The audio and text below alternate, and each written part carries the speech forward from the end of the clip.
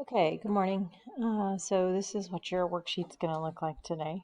We're going to discuss phase shifting. The cool thing about phase shifting is that you're going to see it in parentheses just like you did with the other functions from Algebra 2. Remember, anything in with an x will shift it to the left or to the right. So a phase shift is really a horizontal shift. Okay, for sine, remember sine always starts at the 0, 0. But you'll notice here for this first function that the beginning of it has started right here, like right there. So it is actually shifted over to the right, pi over 4. So this right here is right pi over 4. Okay. For this one right here, this is going to go left pi over 4, so you can see that it looks like it starts right here. That's going to be left. So when you see a plus in there, it's going to turn it to the left. Okay. This one right here is a cosine function. And normally cosine starts at the maximum. So right here, this max is actually shifted over left pi over 4. Okay, so this is what it looks like when it's in parentheses. It's a phase shift. Okay. Now, sometimes you'll have a number that's inside with the x, like in front of x. And we can factor out that 3. Like, say, for instance, this next example, you might actually see it as y equals the sine of 3x plus 3 pi. And in that case, we would want to factor out the 3 so that we get sine of 3 times x plus pi. Once we get x with a coefficient of 1, this number to the right of it, the plus or the minus, is going to be our phase shift. It's going to tell us which direction it's going to horizontally shift.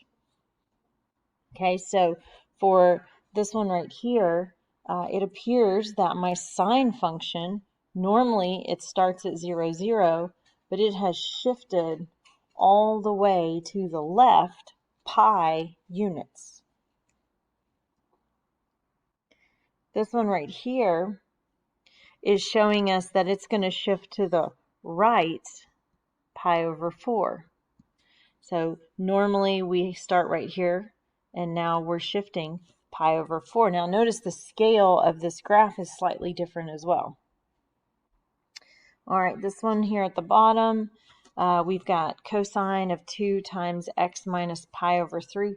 Again, another way you might see that is cosine of 2x minus 2 pi over 3. And that's where we would factor out that 2 from both the x and the pi over 3. So just so you know that sometimes you will see them all multiplied out. Please, please, please factor out that number that is in front of x right here. Okay, so for this one, it shows that we are going right pi over 3. So normally cosine starts at a maximum of 1 on the y-axis, but it's going to start pi over 3. Okay, here are the ways that you can see for sine and cosine. Remember, A is going to be your amplitude, B is going to be your frequency, and the C here is going to show the phase shift. Okay, so here's our first example. We've got cosine of 2 times x plus pi over 3. The amplitude here is going to be 1. There's nothing in front of the cosine except for a 1. The rhythm, remember with cosine, we start at a max, a 0, a min, a 0, and then a max. And normally we start at the y-axis. However, because we are going left pi over 3. Then our horizontal shift will go from the 0 to a negative pi over 3. So where we start is going to be at negative pi over 3, and then wherever the max will be. So the max is going to start at 1. Okay, so then at pi over 3, let's say that's 1, we're going to start here. Now our frequency is 2, so the period is going to be 2 pi divided by 2, which is just a pi. So a quarter period is every pi over 4. So what is negative pi over 3 plus pi over 4?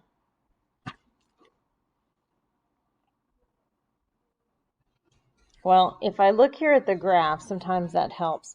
You'll notice that pi over 4 is every 3 units. Okay, so when I get back to my 0, I'm going to go 3. And then I'll go another 3, and I'll be down to negative 1. And then I move over another 3, and I'm back to a 0.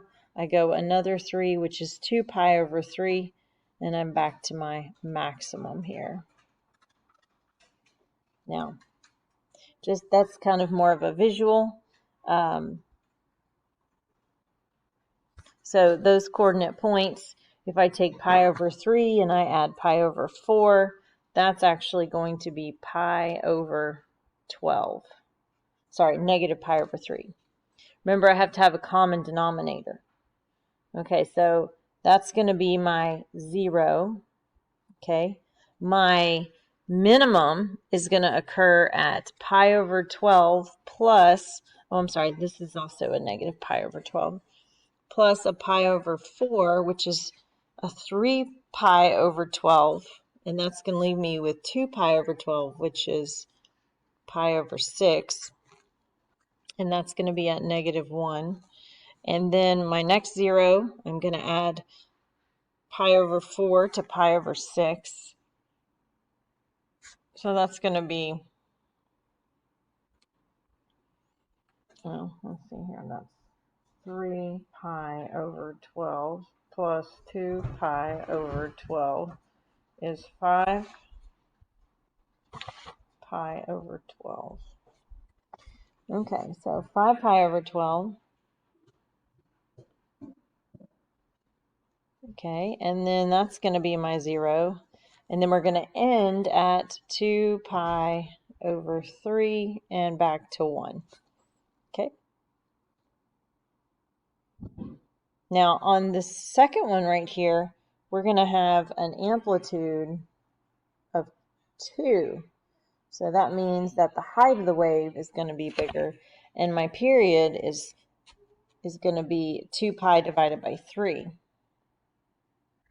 So 2 pi divided by 3. Now a quarter period, okay, I'm going to take 2 pi over 3, and I'm going to multiply by 1/4. Okay, that's going to give me pi over 6. So a quarter period here is going to be pi over 6. So every pi over 6, I'm going to have a critical point. All right, so I have a shift to the left, pi over 4. And this is a sine function. So remember, sine normally starts here at 0, 0, but we're going to go to the left, pi over 4. So sine is going to start right here. Okay. So my first point is going to be negative pi over 4 and 0. Okay. Oh, yep. So then we have our amplitude. So now we go to our max. So we start at a 0, then we go to our max. We're going to go every pi over 6. Now pi over 6 is going to be 2 of these little units here. So I go over 2 and I'm at my max of 2. Okay, so that's going to be at pi over 12. Or I say negative pi over 4 plus pi over 6.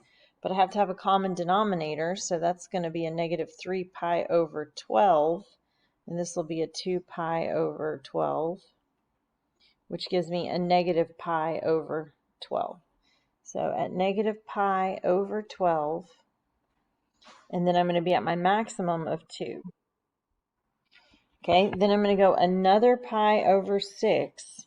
So negative pi over 12 plus pi over 6, which is 2 pi over 12.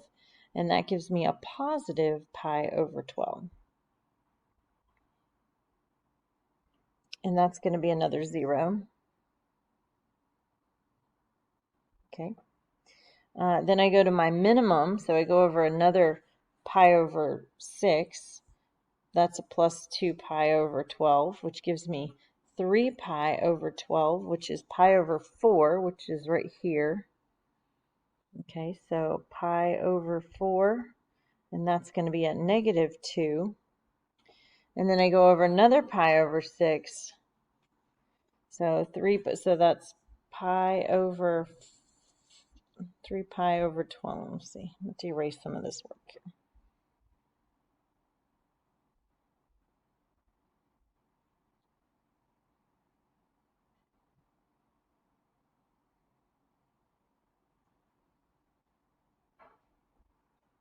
Okay, so I've got 3 pi over 12 plus pi over 6, which is 2 pi over 12, is a 5 pi over 12. So my last point is 5 pi over 12 and 0. And there's my sine function with a phase shift.